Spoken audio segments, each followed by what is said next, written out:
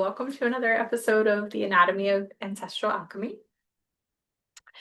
And today's theme, we are going to be talking about the Al Jazeera reporters that were murdered in Gaza and how this connects to a larger theme of silencing and fear of speaking up, especially because I've named the grief and I need to do this for myself in this moment. So for those of you watching, feel free to do the same if it feels right. I'm just gonna let my body be here for a second and tune in to just what is coming through now that I've named that here. And I do feel just so much tremendous sadness. It's really devastating to think about people that put their lives literally on the line, and have many of them have done so for over a year to bring us very important information. And my heart really aches for the loss that so many people, I think, are feeling. I think about my spiritual beliefs. I very much hope that they are in some ways able to rest finally. And I know it's very hard for a lot of people that have heard this news and have literally seen the carnage on social media, and that's a lot to take in. Yeah. How are you doing with the news around that? It's interesting. So it's like I'm present with you in the grief. Yeah. I can hold that. And when you asked us to tune in, it was like there's this, it feels like a dam, Yeah. like here, that kind of holds in. Because when I access my level of grief, it's like this wailing and also raging that's there. But it's because I'm holding space alongside you with your grief, there's like this holding in so that I notice, just to let other people know like my sensation, and also as an opportunity to again feel somatically, physically into your body to see what's coming up as you witness Leah talk about the sadness that she feels. And then about the news, about the murders, I feel rage and this it's this familiarity. I don't know if that's the right word. So the work that I and we do is like always connecting to the larger context. And so I've seen this pattern for millennia, right? This small group of people wanting to bring truth to the larger group, a smaller group of people wanting to control, not getting that truth out, and then using terror and manipulation and murder to suppress the truth. Yeah. And so I feel rage and also just like this sense of hopelessness sometimes. Whereas I think when I first learned about it, it was rage and sadness. And do you have a sense of what the hopelessness is connected to around this context specifically? I think the hopelessness is around just sheer exhaustion and the relentlessness around it. And I like zooming out, am in no, I'm not getting risk. There's no, I'm following it, I'm praying around it, I'm sending money, I'm doing what I can to amplify, but I'm not physically at risk. I'm not living the nightmare that they're living day to day. So when I say exhaustion, like this is not real exhaustion. Okay.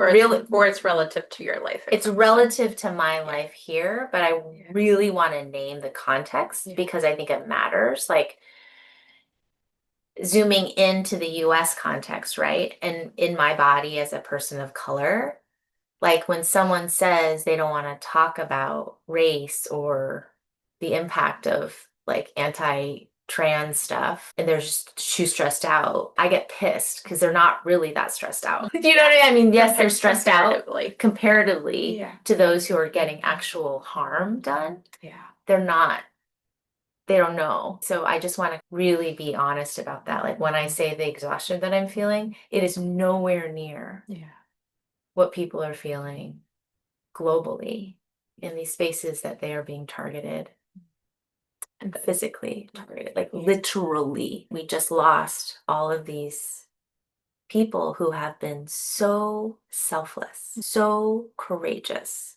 so willing to risk everything to get the truth out there. And knew it was coming. And knew it was coming. Yeah. And still stayed. And still stayed. Yeah. Still made the choice is the thing to do, right? Yeah. It's interesting. So I have the rage, the hopelessness was like this collapsing. And then in the collapsing, there's this light that the collapsed body is like protecting. I don't know, that's the image that comes. Can you say that again? Yeah, this collapsing onto the ground, the sense of hopelessness, the image that comes straight away is there's a flame there that my physical body is protecting. Yeah. And it's that flame that the story I make up is what made these brave individuals choose to continue doing what they were doing. It's like the protecting of the light. Yeah. And now I'm feeling grief. I can tap that into that a little bit. Yeah. Like I can hold they were so brave for wanting to tell the truth. And I can hold the reality of understanding why there are so many who are unwilling to listen or hear it or see it for what it is. Yeah. Or the refusal to speak about it. Yeah. I can hold that at the same time because it sprung from a similar trauma. For many people, if you go far enough back in your ancestry, you can find somebody that was silenced by the hands of murder. Literally murdered so they wouldn't speak anymore. Yeah. The start of our podcast was around one of those silencing, the witch trials that happened in Salem. That's right. And as Leah and I have been journeying along this anatomy around ancestral alchemy, we're coming across all these instances of the silencing and the harm so that we can alchemize it into something better for the future. Yeah. So specifically, I'm going to zoom out just because I'm going to talk about my ancestry a little bit because I'll make it more transparent. When Leah and I talk about our own lived experiences, so Leah's connected to the witch trials in Salem, and I'm connected to some stuff that happened in China, right? So when we talk about our ancestry, it's a way in to look at yours. Why is this important? This is important because if we do not understand where we come from, we have a really low chance of getting to the next thing. Because what happens is, if it stays unconscious, right? If this programming, this epigenetic impact of collective trauma stays unconscious, we are destined to repeat it over and over again. That's what we're experiencing now, not just in Gaza, but everywhere. That's right. In the US, particularly, and everywhere. We can just see the echoes of the past. Yeah. Yeah. And many of you watching, if you have European ancestry that you know was in Europe, specifically what we think of as Germany and Switzerland and France right now, your family dealt with the witch trials on some level if they were there around the 1500s. Let me say this again, because I forgot our mics. So I'm just going to say it to make sure. If your family came from Germany, France, what? Switzerland area. Especially in which year? 1500s? In the 1500s, 1500s, you would have dealt with the witch trials. Yeah. The data that we know about is that 9 million women were killed. 9 million. That's what we know about. Right. So just zooming out, okay?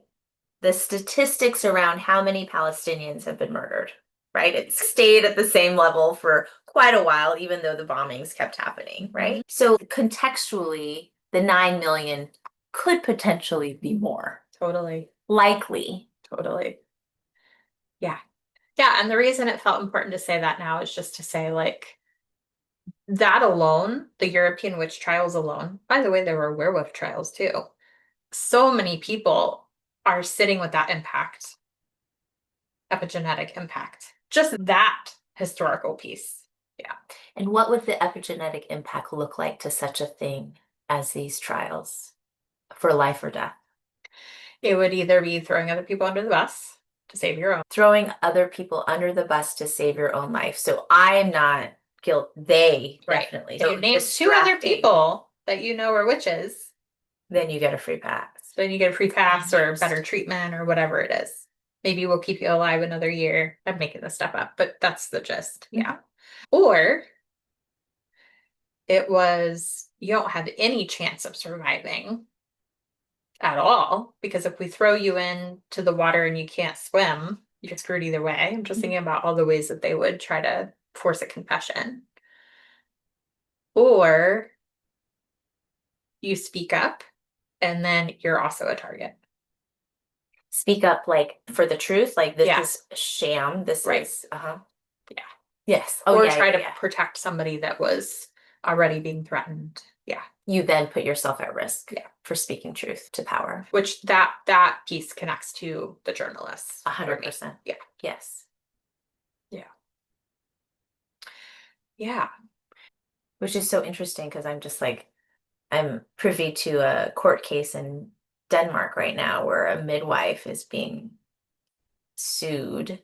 No child was harmed in labor, but because the the midwife industry is connected to witchcraft of the natural birth and the connection to the like just choice in your body, you get to choose. Yeah.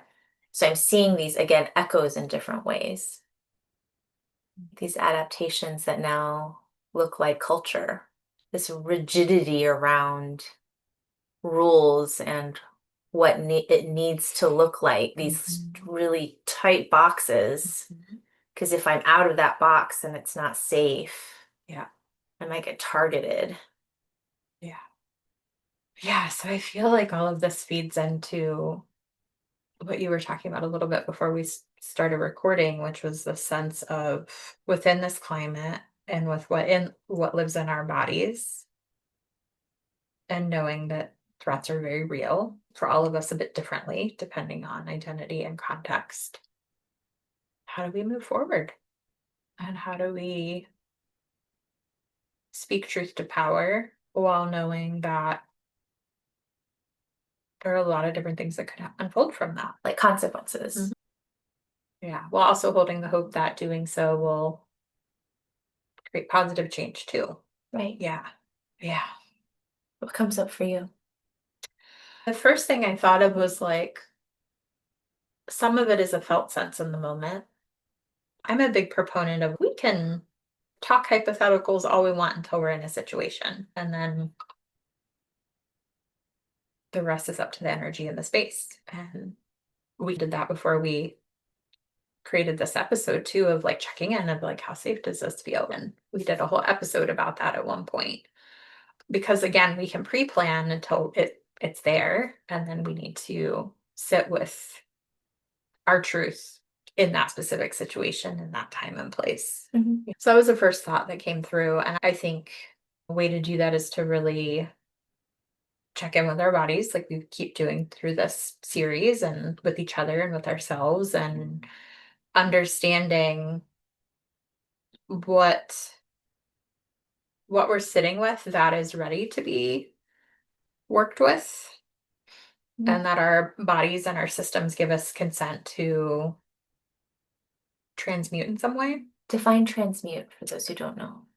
So transmute to me means transform, to shift or change. So that could be checking in with a part that has a lot of fear about speaking up, and understanding if there's consent to work with that internally. It could be that there's a very hard no, I'm not willing to, a part's not willing to budge. I think those moments are really important to listen to for a lot of reasons. And then there are times where a part of ourselves can very much be like, okay, I see the value in doing some work in this moment here, and seeing what can come from that. That's the way that I personally like to operate in spaces like that, because I do think that there's wisdom in the hard nose also. Yeah. Like sometimes that's an intuitive felt sense that it's just generally not safe enough, or that there's a consequence that's really big that we're not even consciously aware of yet, or that we're going to have significant regrets. And there's going to be like internal backlash that happens, emotional backlash that happens if we bypass parts that are like, no, yeah. Yeah. That was my immediate thought, was like planning to a point, and then the rest of the work happens when you're in the situation. Right. Yeah, for you. It's so interesting. My mind is going in all these different places. One of them was an activity that I did during the retreat that I talked about. It was a couple of weeks now, where we did this activity with Joanna Macy. We talk about it here. Yeah. Or you I think I probably told mentioned you it to me. privately, but I didn't talk about it here on the Yes. podcast. Quickly, Joanna Macy just passed away, and she had this like process of sitting and representing. So it's like family, it's based on some family constellations work. And we were walked through in this process. Each person had a partner, and it had to do with kind of one person was in this present moment, 2025, and the other person was 7 generations in the future. So a descendant. Okay. And so I was the one that was 2025. And the person that I was sitting across from represented or pulled in kind of energy from the energetic field of a descendant. And the assumption was that everyone was okay and safe. And the question from the descendant was, how did you know what you did was going to work? We're okay. Thank you so much for all that you've done. And the image, which is connected to the part earlier, was like, I see myself hunched over to the land, hopeless, but there's this small flame that I'm protecting as I'm doing that. So back to this story is all I could see when I was tapping into it was the flames of chaos and destruction around me, like it was a forest fire, basically. And I was there in the center. And all I did was I protected my flame, this internal light, internal of me, right? And so I told this person 7 generations in the future, I said, thank you. I'm so happy to see you. I'm so relieved. I didn't know that what I was going to do was going to work. I'm so relieved to see that it did. Mm. All I did was protected this flame. Yeah. And not protected it in the sense of I would throw other people under the bus to keep this alive. Because the flame for me, in my experience now, is I commit for myself to be aligned to my integrity while also knowing that I want to protect the safety of those that I love. Yeah. Including those that I haven't met yet. So it's this constant decision every moment when I'm coming across people or what I'm deciding to do. How do I protect this light internally?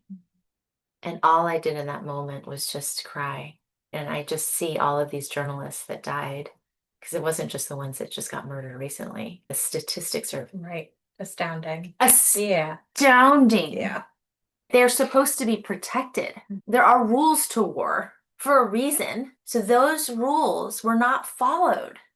And this is basically the next thing that I'm going to talk about is what comes up for me is if these rules that we were taught to follow are not followed, check in with your body on what feels like the right thing.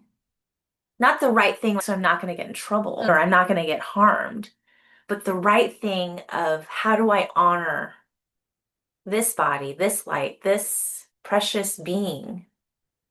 How do I honor it here in this moment? So that I can look back and not be ashamed, or I can look back and not be responsible for the murder of other people. Yeah. Yeah. And at what point, if the rules no longer stand, do you create your own? Yeah. It really reminds me of a conversation I had with somebody. It was the supervisor at one point who said, there will come a time where you realize what's legal isn't always ethical. And you're going to have to make some really hard decisions. What's legal is not necessarily ethical, and you're going to have to make some hard decisions. Sounds like a really good supervisor. Yeah, I wish I could remember who that was so I could give them credit. Yeah, it was really important. And I would add moral to that too. What's legal isn't always moral, right? Vice versa too. What's moral isn't always, and ethical isn't always legal. And those are the moments where I'm like, okay, what are our, back to your point around integrity, what are our inner rules? Yeah. And the thing with epigenetic impact, right, is in something, so I want to be transparent. I haven't always been so vocal. I've done a lot of work to be able to stand up to power. Okay. Because before, when I would speak up, it would be at a risk to someone else's safety. Yeah. For example, if I spoke up, I might inflame the person I was speaking to more, that the anger that would come from them would be even worse. Yeah. Okay. So in my body, I learned to be silent and walk on eggshells so that this other person wouldn't explode. Okay. This came from generations where dictators or the rulers of nations had a similar approach to governing through fear, through threat, through harm. Okay. So if we zoom out, right, Resmaa Menakem says trauma decontextualized in a person looks like personality. Yeah. So me being meek and anxious and people pleasing looks like my personality. Trauma decontextualized in a family looks like family traits. So everyone's perfect and performing and managing. Trauma decontextualized in a group of people looks like culture. That's right. So if we have a group of people culturally staying silent, keeping the status quo, it is because we learned to. Yeah, that's right. Yeah. I remember a very edgy moment where I said to somebody, what we think of as cultural doesn't always mean it's healthy. Like sometimes we can, this is very overgeneralized, but love and light and like culture is so amazing and this is so great. And really, when you start to peel the onion back, you realize how much of culture actually has deeply embedded trauma responses in it. 100%. And that those ways of being then cause harm, perpetuate the harm. Enables the harm. Yeah. Yeah. This is the big piece that I'm chewing on right now, is how to hold self and others in accountability for enabling this, right? So we look at the larger, how everything is, what's happening right now. How did we get here? Is one of the, how did we get here is one of the things that comes to my mind. Yeah. And I have a very firm and loving response. We allowed it. Yeah. Each of us has a part in that allowance of this atrocity, not this particular, all of them. Okay. There's a level of enabling that happens when we keep looking away. Yeah. I'm responsible too. So I'm not pointing fingers. I am part of this because we're all coming from these systems. We have parts that have been scared or conditioned into believing that a way of being was healthy because it was culture. It's part of the culture. This is the way everyone does it. Yeah. Yeah. And for me, to speak about my ancestry for a second, what I feel like the more that I unpack is that the majority of my silencing and parts that have felt like they couldn't speak up has been because of religious persecution. So, yeah. Yeah. What happens when you say that? Oh, it brings up so many childhood stories of the ways it has replicated in my early life. Like, I had a good friend in junior high, I think it was junior high, whose dad was a preacher. And he literally said to her, The two of you cannot be friends unless Leah comes to Bible camp. And I remember telling my mom that, and my mom was like, I'm not going to tell you what to do. It's your choice whether you go or not. And also, that's really not okay. There was a, like, you need to explore in your own way. And also want you to know from my perspective, it's not okay that somebody would ask that of you. I went, and it was one of the scariest experiences that I can think of religiously that I had as a young kid, because I didn't grow up in it. So I had no context for what was happening. And but that is an example of, you need to conform to this for us to even, for my daughter to even have a relationship with you. Like, it was that hardcore where I was from. I also had a lot of people, like, I remember specifically a specific girl at the time, whenever she would get irritated at me in school or something, she'd be like, you're going to hell. Your parents don't believe in God. You're going to go to hell. I could just keep listing all the ways that this type of stuff has played out in my life, especially early on. And then Yes. understanding, like, why my mom was also feeling the need to suppress some of her spiritual awakening moments, and then the fear around that trickling down to me, and why it took me so long to really feel like I could fully embrace the spiritual being that I am and understand it. Also, when I start to peel back the layers of my ancestry, it makes complete sense why both sides eventually became atheist. They were like, we're fucking done with this bullshit. Yes. Done with this bullshit. So zooming out, Yeah. what the story I make up is, it wasn't religion. No. It wasn't spirituality. It was how it was used, how it was weaponized. Mhm. That's right. Yeah.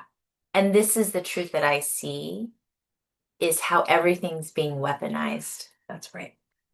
And so again, it's not that what's right or wrong, it's understand the dynamic in which you are being controlled. That's right. Yeah. Spot on. Yeah, I remember my grandmother telling this story about, I'm going to get this so mixed up, but okay, my grandmother was Catholic. My grandfather was Episcopalian. And I think I have that right. And my understanding historically is those two had a lot of persecution between them, especially in Europe. A lot of persecution between them. And my grandmother had to convert to marry him. And so she did, because she fell in love with him, but she was not happy. And she said that she remembers the time that the priest came over and was like, I know that you're really not okay with this, but we're gonna do it so that you can get married. And like, had a, like, what we would call in the South, and feels very fitting here, come to Jesus moment with her. And she was just honest of, I don't really, and she told me for her that was the tipping point for religion, and why she was not going to raise her kids to be religious, was that they forced her to convert to be able to marry the man that she loved. And she was like, okay. Yeah. I'm like diving into another episode topic, which is on love. Like, we can talk about that another time, but just that love is freedom. Another thing that's been weaponized is love. You can only be together if you take a side. And zooming out, like the colonization that happened, a lot of it was the using of religion. Yeah, exactly. To make borders, That's to right. make separation. And to dehumanize people. And dehumanize people. Yeah. But the dehumanizing of people and the dehumanizing of people was part of the strategy on controlling the land. Exactly. Right? We say it was religious, but it was land. World War I started because of more land. But they use this shiny thing to distract around, to justify, oh, we need more because, sorry. Yeah. Oh, This is, it's deep. And so then so from World War I, like what started there, because we talked about it last time with fascism, going and looking at the land that was Palestine and the separating of it, because another land and its people needs, and it's, no, land is not owned. Yeah.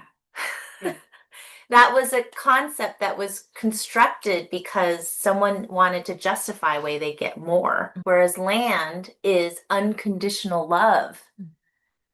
the representation of unconditional love from the planet of everyone on this planet belongs here. Mother Earth has enough for everyone. Yeah.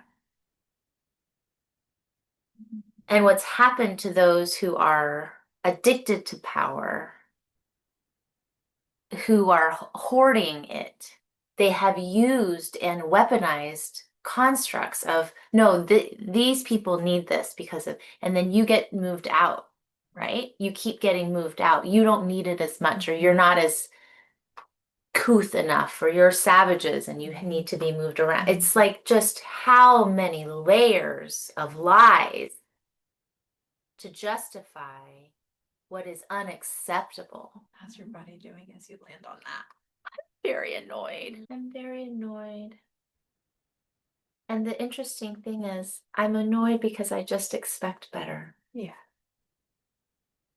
I'm not annoyed, and I've done this practice so long. I'm not trying to like murder anybody. Like, eat the 1%. I don't want to eat the 1%. I just want them to eat less. Yeah. I want them to evolve and grow. Jesus Christ. We have enough for everyone right now. We can solve all of the problems right now. There's people, oh, I'm hot.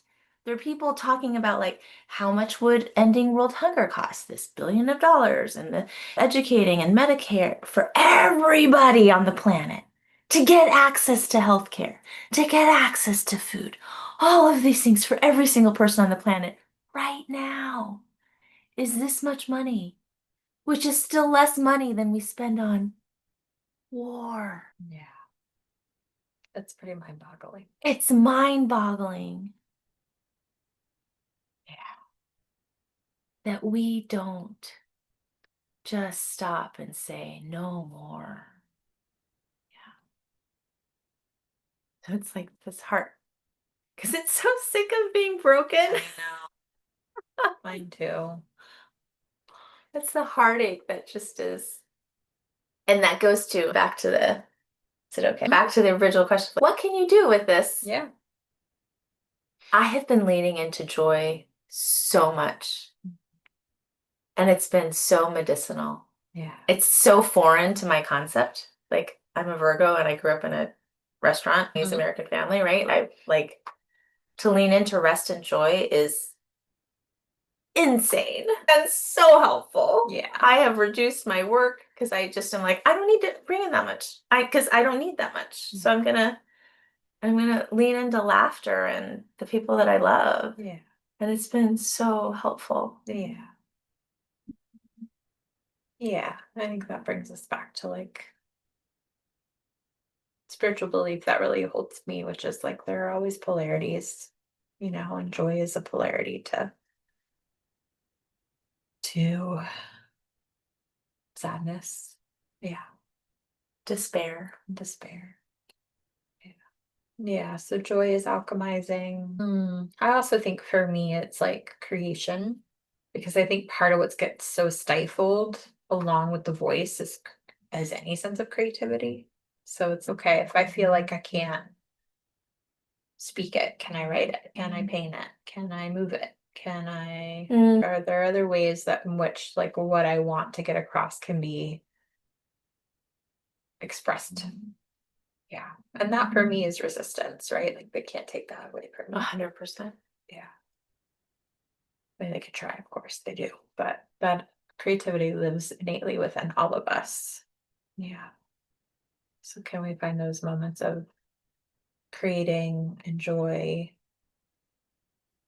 and continuing to do our inner work where we can? Yeah. And continuing to show up where we can. Yeah. Any final thoughts on your end? I think I was feeling deep gratitude that I get to journey alongside you, Leah. I think one of the things that's been so grounding is to be able to have these conversations with you regularly and then share it with whoever wants to hear it. Because it makes me feel less crazy. Yeah. Because I could have these conversations all the time. And the people that I was hanging out with years ago just wanted to talk about movies and weather, and which is fine, but it's just not where I live. Yeah. And so being able to be in community with people who have conversations where I live comfortably, which is talking about these things, has been wonderful. So I think that's the last thing is surround yourself with things that reflect who you are and celebrate you and make it safe for you to be you. And that need not be external. Yeah. Yeah. Thank you. I feel a lot of gratitude for you too. Yeah. Mhm. Yeah. Yeah. Community. Yeah. There's no other way through this. Nope. Yeah. And I think a final thought for me, full circle, is the sense of, to your point around joy, this is what people have been murdered for. Yes. Joy. For wanting to save joy Yes. and creative expression. Yeah. And choice Yes. and autonomy. Mhm. So I think sometimes we can get trapped in like feeling guilty that we're in joy. People, like if we think about the reporters again, after the reporters just being murdered, that is what they died for. Yes. And not just joy. It's we talked about it on another episode. The highest vibration is authenticity. Yes. It's freedom. Yeah. It's Freedom. freedom to be who you are. Yep. And freedom to be who you are brings joy naturally. Yes. Okay? And so you cultivating joy, you cultivating spaces where you can show up fully as you are and cherish and celebrate you as you are is an act of defiance and creativity. Yes. You can be free right now in honor of those people who are risking their lives. Yeah. Because you doing that is actually supporting the cause. How's your body feeling now? Final body check in. Good. I feel less alone. I feel still the sadness of these lost lives and gratitude for their lived lives. The impact that they have definitely made in the world will continue. Yeah. How about you? I feel like I have a little energy back, which is nice. I'm noticing I'm like, oh, I feel more awake. That's good. Yeah.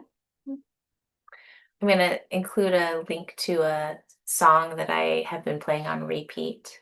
Someone in Palestine, a singer, producer, sang a song harmonizing the drones. It's all included in our show notes because that is actually what kept me going today, was to be able to see someone tapping into their joy and authenticity in the midst of all of this fire around. I'm glad you put that there. Yeah. You all will really appreciate it. Thank you. Thank you. And if you liked this episode, please share with others who are feeling desperate or downtrodden or hopeless or don't know what to do with their grief. Please share it.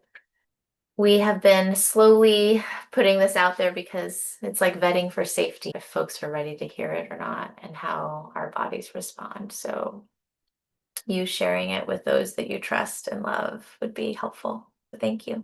Yeah. Take good care. Take good care.